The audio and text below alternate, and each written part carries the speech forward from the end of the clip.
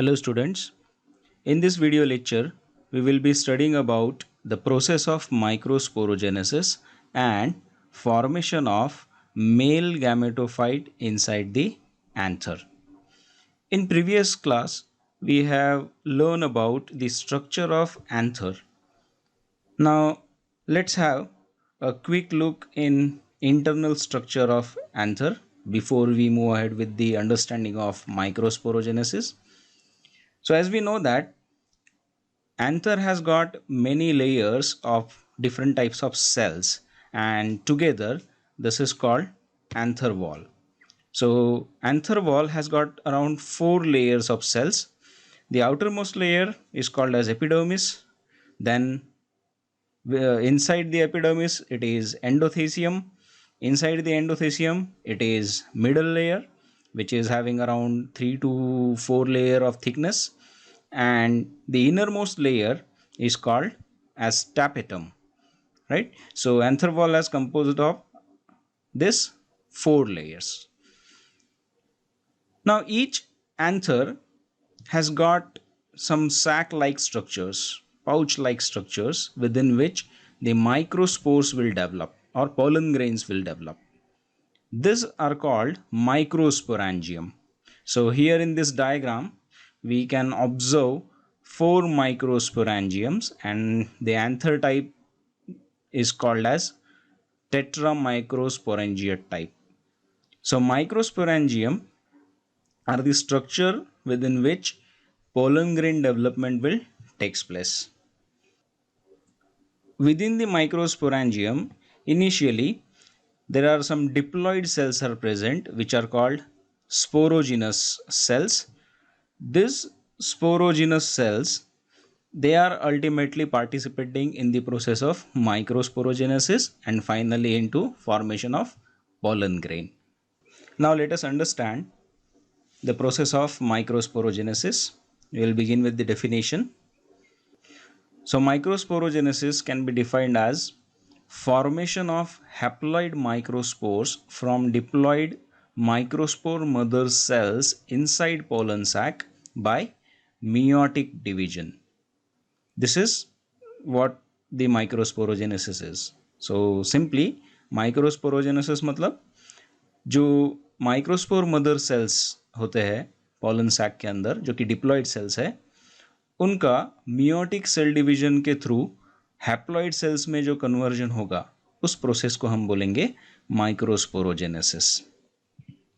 Initially when the anther is young, all the sporogenous cells are compactly arranged within each sporangium, but as anther gets mature, the size of microsporangium increases, or we can say the microsporangium get expanded a little bit, and due to this the sporogenous cells get separated from each other. Some of these sporogenous cells will die, but the remaining cells, they are generally referred as microspore mother cells, and these microspore mother cells ultimately participating in the process of microsporogenesis, right?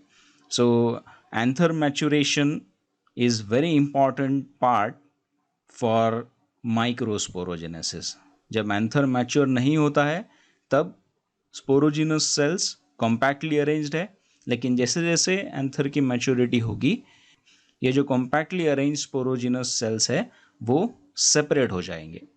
उनमें से कुछ sales की death हो जाएगी, natural death, जिसे हम cell senescence भी बोल सकते हैं, और जो बचे हुए सेल्स हैं उन सेल्स को हम बोलते हैं माइक्रोस्पोर मदर सेल्स, क्योंकि इन्हीं सेल्स से आगे माइक्रोस्पोर्स फॉर्म होने वाले हैं.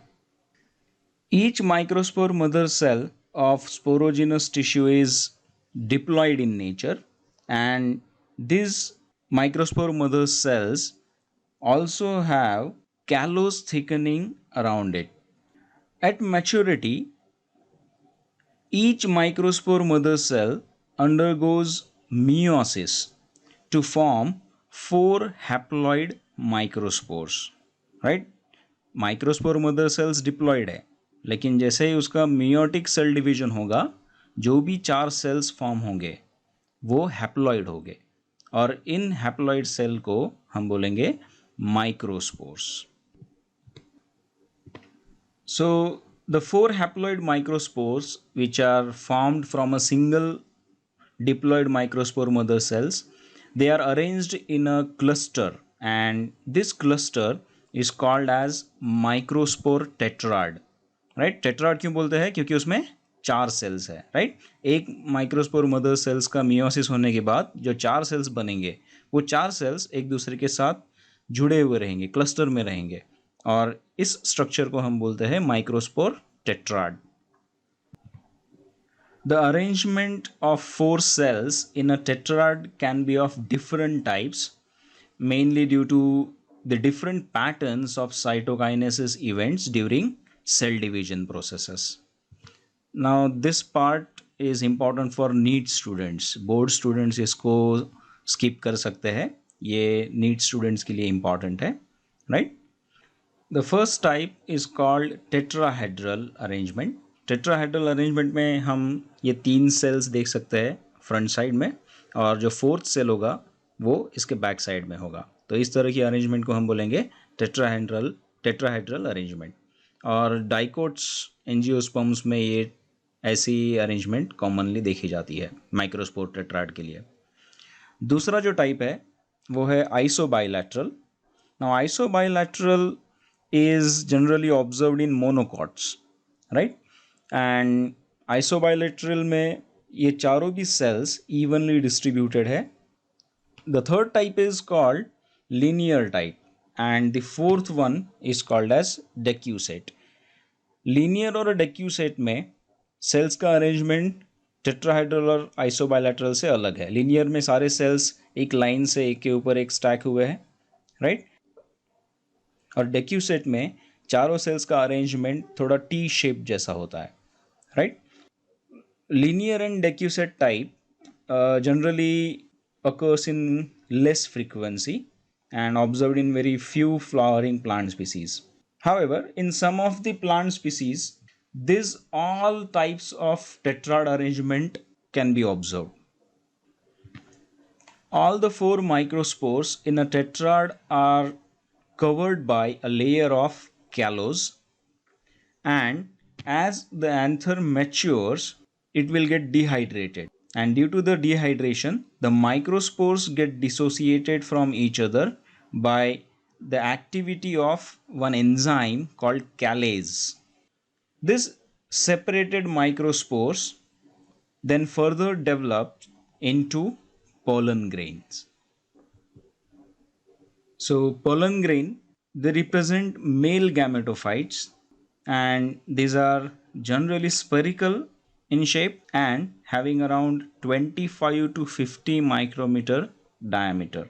The formation of pollen grain from microspores begins with deposition of 2 layers around individual microspore, and these 2 layers, they are termed as intine and exine. Initially, the microspores which got separated from tetrad are consist of only plasma membrane, but later on material released from tapetal cells get deposited around the microspore, and this initiates the process of formation of pollen grain. So here you can observe initially this tetrad having all the 4 microspores attached to each other, but as the callose layer get decomposed by the activity of callase enzyme, all the microspores get separated, and each microspore, it is having one nucleus within it and cytoplasm which is surrounded by this plasma membrane, right? So formation of pollen grain from microspore, it begins with deposition of several layers surrounding the plasma membrane. Out of these 2 layers, the inner layer which is surrounding the plasma membrane of microspore is called intine, which is a thin and continuous layer. The intine is generally composed of cellulose and pectin. Outside the intine, there is one more layer getting deposited, and it is called exine layer. This outer layer is relatively thick and highly resistant. It may be spiny in insect pollinated plants, while in some plants where pollination is caused by wind, it is having smooth surface. The outer layer exine is mainly composed of a complex substance called sporopollenin. This sporopollenin, secreted by the tapetal cells, is one of the most resistant organic material onto the earth, and there is no enzyme that degrades sporulin is so far known. So due to this high resistance nature, it protects pollen grains from physical and biological damage, and due to this, pollen grains can remain well preserved as fossils. तो ये exine layer में जो sporopollenin होता है वो काफ़ी resistant structure है, temperatures या दूसरे ऐसे किसी भी पैरामीटर की उस पर इफ़ेक्ट नहीं होती है, और बायोलॉजिकली भी वो डिग्रेड नहीं हो सकता है, क्योंकि स्पोरोपोलेनिन को डिग्रेड करने वाला एंजाइम अभी तक किसी भी लिविंग ऑर्गेनिज्म में नहीं मिला है. This exine layer is not a continuous layer and has regions where spore pollenin is absent, and at this point the intine is outermost layer, and such regions on pollen grains where exine is absent are called germ pores. These germ pores mainly helps in exit of pollen tube during pollen germination process after pollination, right. तो यहाँ पे आप देख सकते हैं ये जो exine वाला लेयर है ये कंटिन्यूअस नहीं होता है, इसमें बीच में अलग अलग जगह पे आप गैप्स देख सकते हैं. यहाँ पे आपको 3 ऐसे गैप दिख रहे हैं. तो यहाँ पे एक्साइन लेयर नहीं है, इसका मतलब यहाँ पे स्पोरोपोलेनिन नहीं होगा, राइट. तो यहाँ पे अभी आउटर मोस्ट लेयर कौन सा बन जाएगा, इंटाइन वाला, ठीक है. तो इन रीजियंस को हम बोलते हैं जर्म पोर्स. तो जर्म पोर्स का एग्जैक्ट फंक्शन क्या होगा, जर्म पोर्स ये पोलन जर्मिनेशन की प्रोसेस में पोलन ट्यूब फॉर्मेशन को सपोर्ट करते हैं. यहाँ पे कुछ एग्जाम्पल्स इंक्लूड किए गए हैं पोलन ग्रेन्स के. इस फर्स्ट डायग्राम में आप देख सकते हैं पोलन ग्रेन्स का जो आउटर मोस्ट एक्साइन लेयर है वो स्पाइक जैसा है, राइट. तो ये इंसेक्ट पॉलिनेटेड प्लांट का होगा, और ये जो एग्जाम्पल है ये सनफ्लावर का है, ये पोलन ग्रेन सनफ्लावर के हैं. यहाँ पे दूसरे एग्जाम्पल में आप देख सकते हैं पोलन ग्रेन्स का जो सरफेस है वो स्मूथ है, कोई स्पाइक्स नहीं है उसके ऊपर, राइट. तो ऐसा पोलन ग्रेन स्मूथ सरफेस वाला हम जनरली विंड पॉलिनेटेड प्लांट्स में देख सकते हैं, राइट. तो ये जो स्पेसिफिक एग्जाम्पल है ये रोज़ प्लांट का है. और यहाँ पे थर्ड डायग्राम में अलग अलग प्लांट स्पीसीज़ के अलग अलग टाइप के पोलन ग्रेन्स इंक्लूड किए गए हैं, राइट. तो आप यहाँ पे डाइवर्सिटी भी देख सकते हैं, राइट. किसी पोलन ग्रेन का साइज़ काफ़ी छोटा है, कोई कोई पोलन ग्रेन्स एकदम बड़े हैं, कुछ ओवल शेप के हैं, कुछ स्पेरिकल है. सो next part after formation of pollen grain is development of male gametophyte. As we know that pollen grains are actually carriers of male gametophyte, or they are the initial cell which are going to form the male gametophyte.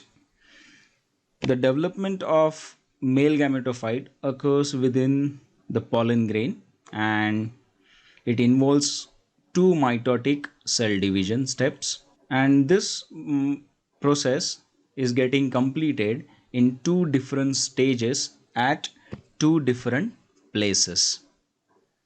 The process starts before pollination, while it is completed after pollination on stigma of gynoecium.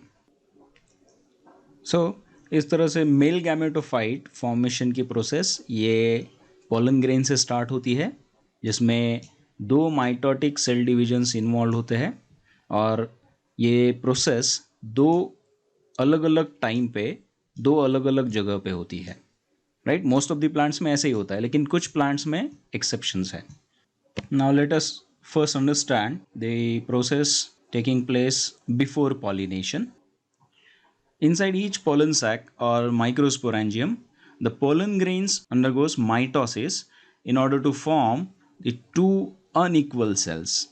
Unequal cell क्यों फॉर्म हो सकते हैं? क्योंकि वहाँ पे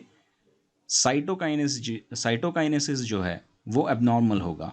abnormal means equal cytoplasmic division नहीं होगा, अनइक्वल डिवीजन होगा, और उस वजह से एक सेल की साइज बड़ी रह जाएगी और दूसरे सेल की साइज छोटी हो जाएगी. राइट. तो यहाँ पे आप देख सकते हैं पोलन ग्रेन जिसके अंदर एक न्यूक्लियस है.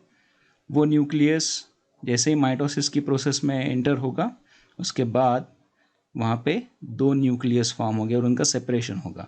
लेकिन इस प्रोसेस में जो साइटोकाइनेसिस होगा वो अनइक्वल होगा और उस वजह से एक सेल बड़ा होगा और एक सेल छोटा रह जाएगा. The smaller cell is called generative cell while the larger cell is called tube cell. Tube cell को वेजिटेटिव सेल भी बोल सकते हैं. So here this smaller cell is generative cell and this larger cell is vegetative cell. In most angiosperms, nearly 60% angiosperms, the pollen grains are released at two cell stage, right after the first mitotic division, when within the pollen grain there is formation of generative cell and vegetative cell. This stage is called two cell stage. So in most of the angiosperms, almost in 60%, the pollen grains they get released at this two celled stage after the dehiscence of anther. But in remaining 40%, there is one more mitotic division is taking place before the pollen grains get released. Now next is after pollination. The two-celled pollen grain is deposited onto the stigma of gynoecium. Right. तो जैसे मैंने अभी बताया 60% angiosperms में क्या होता है, to cell stage के बाद पोलन ग्रेन्स रिलीज हो जाती है एंथर में से. तो रिलीज होके वो कहाँ जाएंगे, वो फर्टिलाइजेशन की प्रोसेस में पार्टिसिपेट करने के लिए उनको स्टिग्मा पे सेटल होना पड़ेगा और इस प्रोसेस को हम बोलते हैं पॉलिनेशन. राइट. सो पॉलिनेशन होने के बाद the pollen grains germinate on the surface of stigma, and during this stage the intine comes out of the germ pores in the form of pollen tube. अगर आपको याद होगा अभी हमने पढ़ा एक्साइन और इंटाइन. इंटाइन स्मूथ और continuous layer है प्लाज्मा मेम्ब्रेन के ऊपर और सबसे बाहर वाला जो है वो है एक्साइन. और मैंने बताया था कि एक्साइन ये कंटिन्यूस लेयर नहीं है. राइट. तो जहाँ जहाँ पे एक्साइन लेयर एब्सेंट होगा वहाँ पे स्पोरोपोलिनिन नहीं होगा और वहाँ पे इंटाइन एक्सपोज होता होगा. उस रीजन को हमने क्या नाम दिया था, जर्म पोर्स. बराबर है. तो आफ्टर पॉलिनेशन प्रोसेस इस जर्म पोर में से पोलन ट्यूब डेवलप होगा. अब इस पोलन ट्यूब के अंदर जैसे ये इंटाइन लेयर बाहर आया और पोलन ट्यूब फॉर्म हुआ, इस ट्यूब के अंदर वेजिटेटिव न्यूक्लियस या फिर उसको ट्यूब न्यूक्लियस भी बोलते हैं हम, साइटोप्लाज्म और जनरेटिव सेल एंटर हो जाएंगे. The generative cell divides by mitosis in the pollen tube to form two haploid non-motile gametes. This structure, including pollen tube with two non-motile male gametes, thin cytoplasm, and a degenerating tube nucleus, is called male gametophyte. Right? तो इस तरह से male gametophyte formation ये दो अलग अलग stages में complete होता है, before pollination and after pollination. So next part after understanding of development of male gametophyte, it is related to allergies. So pollen grains of many plant species cause severe allergic conditions, and these allergies ultimately lead to some serious respiratory disorders like asthma and bronchitis. Usually, all these pollen grain allergies they are referred as hay fever. Right? The signs and symptoms of hay fever may be different in different individual, but generally all the allergies caused by pollen grains They are referred as hay fever. The plants like Parthenium amaranthus are mainly allergy causing plants. Parthenium is nothing but it is a common weed of agricultural field called as carrot grass. So the pollen grains of Parthenium are considered to be highly allergic and causing various types of serious respiratory disturbances. Now next part is pollen products. So pollen grains are considered to be one of the nutritious supplements across the world, and they have been commercialized for eating purpose. So many people across the world, they prefer pollen grain as food. Generally, the athletes and race horses, they are being given pollen grains. The commercialized version of pollen grains is called as bee pollen, right? And it is believed to be useful in many different ways. I have listed some of them, like it is helping in relieving the inflammation, it works as an antioxidant, it boosts liver health, it is strengthening the immune system, it works as dietary supplement, particularly to fulfill the need of proteins and minerals. It also eases the symptoms of menopause.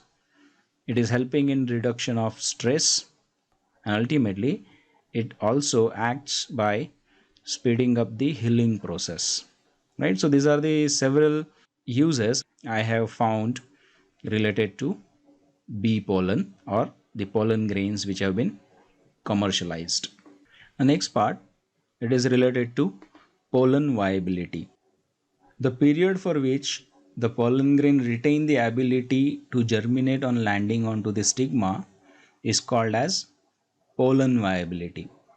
Now, pollen viability is highly variable and it is mainly dependent onto the environmental parameters like temperature and humidity. So plants to plants, the pollen viability period is different. For example, if I consider rice, wheat, like cereals or all the cereals, the pollen viability is generally around 30 minutes. That means half an hour. But in some other plants like leguminous plants, soybean, green peas, or groundnut, in those the pollen viability could be of several months. The next part is pollen banks. Pollen banks are actually facilities in which the collected pollen grains are stored in liquid nitrogen at minus 196 degree Celsius temperature, and they can be maintained at such temperature for several years. Such process of storing the cells in liquid nitrogen at minus 196 degrees Celsius is referred as cryopreservation. So all the pollen grains which have been cryopreserved, they are generally remain viable for longer period of time than their usual viability period. So these cryopreserved pollen grains later on used in plant breeding experiments, right? And this plant breeding experiments, they are generally performed to produce new crop varieties, right? जैसे मैंने अभी बताया था कि काफ़ी सारे plants में pollen grains का वायबिलिटी पीरियड कम होता है, 30 मिनट्स या आधे घंटे जितना ही होता है, राइट? तो ऐसे पॉलन ग्रेन्स को अगर प्लांट ब्रीडिंग एक्सपेरिमेंट में यूज़ करना है तो उसके लिए उनको स्टोर करके रखना पड़ेगा, ठीक है? तो उनको स्टोर करने के लिए पॉलन बैंक्स होते हैं जहाँ पे इन पॉलन ग्रेन्स को लिक्विड नाइट्रोजन में माइनस 196 डिग्री सेल्सियस टेम्परेचर पे स्टोर किया जाता है.